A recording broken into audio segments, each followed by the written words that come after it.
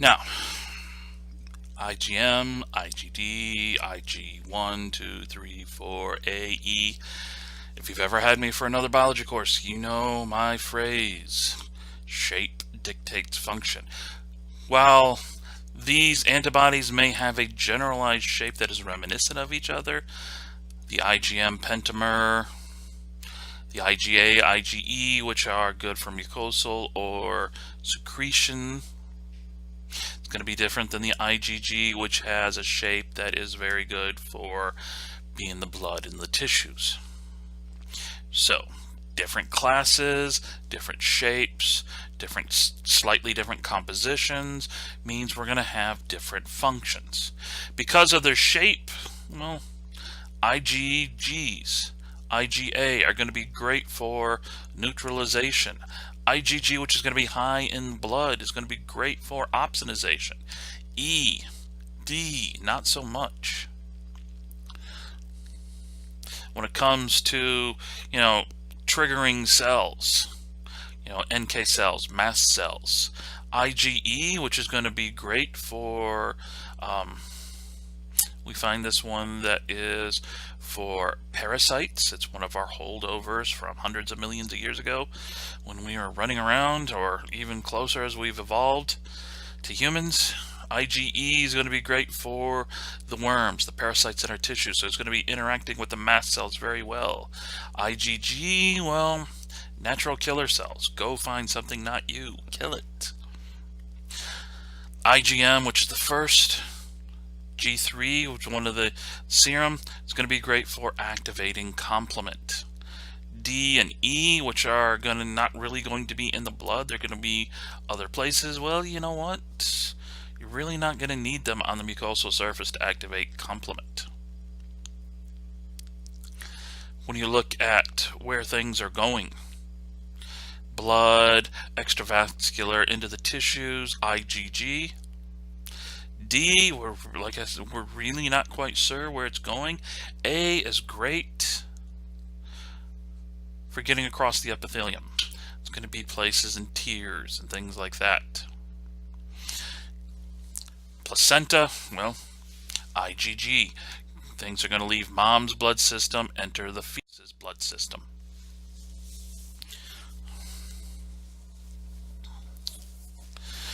Now, how do you get things in and out?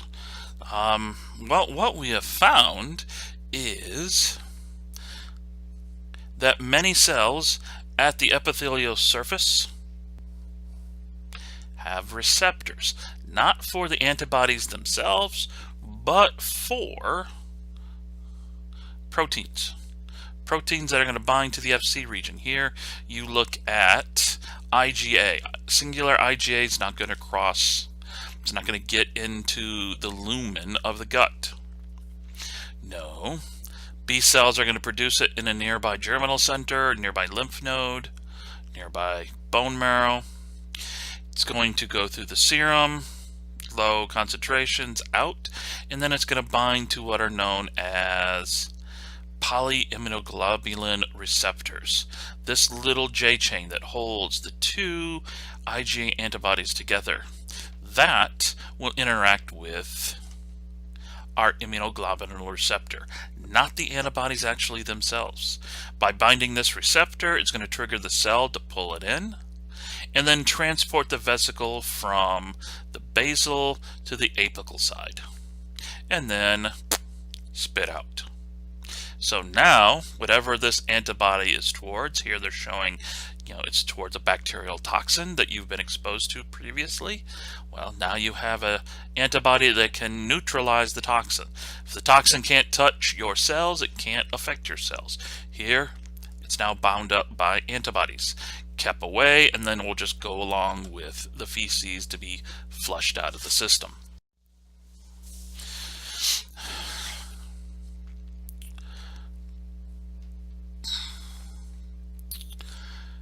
So when you look at who is where, here, yes, we're looking at mommy because mommies have a lot more going on than we daddies do.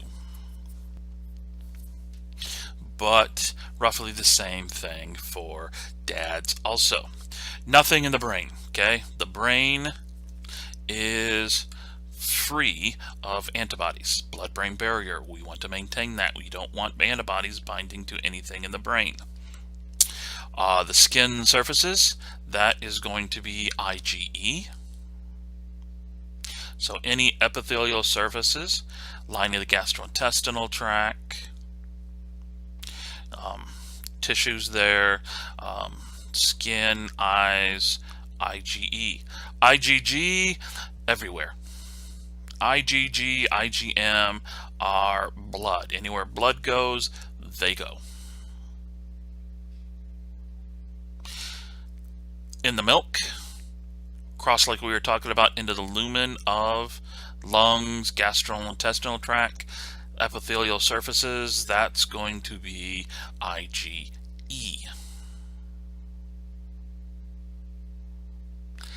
D, like I said, don't know where that goes.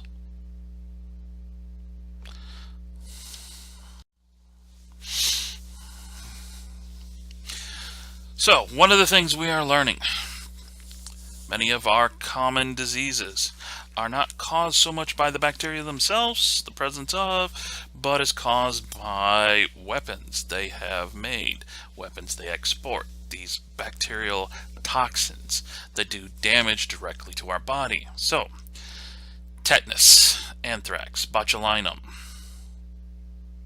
scarlet fever, cholera. These are going to be the normal everyday vaccines that many people will get. They're not going to get an injection of, Clostridium tetani. They're not going to get an injection of Vibrio cholera. No, what they're going to get an injection of is part of the tetanus toxin. They're going to get injected with part of the cholera toxin, part of pertussis toxin. Neutralization binds one antibody to a part, a toxin. Neutralizes the toxin. Toxin's still there. Here, you're going to have something that's much bigger, because this is going to have, dozens of proteins, not just two little parts. So this is going to be coated in antibodies. They're doing the same thing. They're stopping whatever this is from coming into contact with the receptor. Can't come into contact, can't be taken up, will be cleared out by the rest of the immune system. See the same thing with bacteria. Enterohemorrhagic E. coli, quite a few of the other subspecies of E. coli need to bind to the surface. They get taken up, they do damage, or maybe it's one of the intracellular, chlamydia, things like that. Well, instead of the normal bacteria binds receptors, again, hijacked receptors, triggers its uptake, triggers the cell to do something, you coat, you opsonize the bacteria with antibodies, and lo and behold, you trigger the complement cascade. C1q. C1q binds, brings in 2, brings in 3, and then you start the cascade as we've talked about in a previous chapter.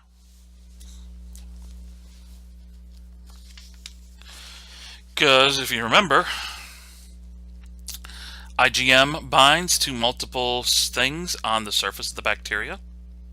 Here, whatever this protein is, that polysaccharide is, this IgM has an affinity for it, and it binds.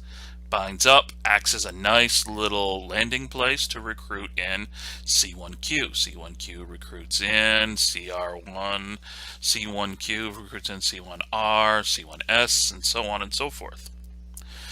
Well, if your B cells have progressed beyond IgM and now have class switched to IgG, well, same thing can happen. Just here, we're going to need more than just one antibody. We're going to need multiple IgGs. Multiple IgGs bind, same antigen, same epitope.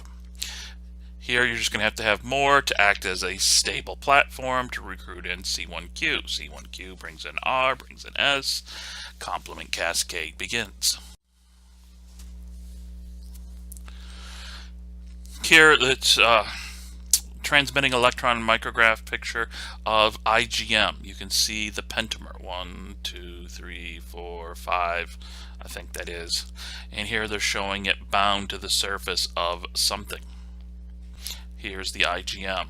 Here's the plant. Here's, like I said, it platform, and then there's the arms of the Ys.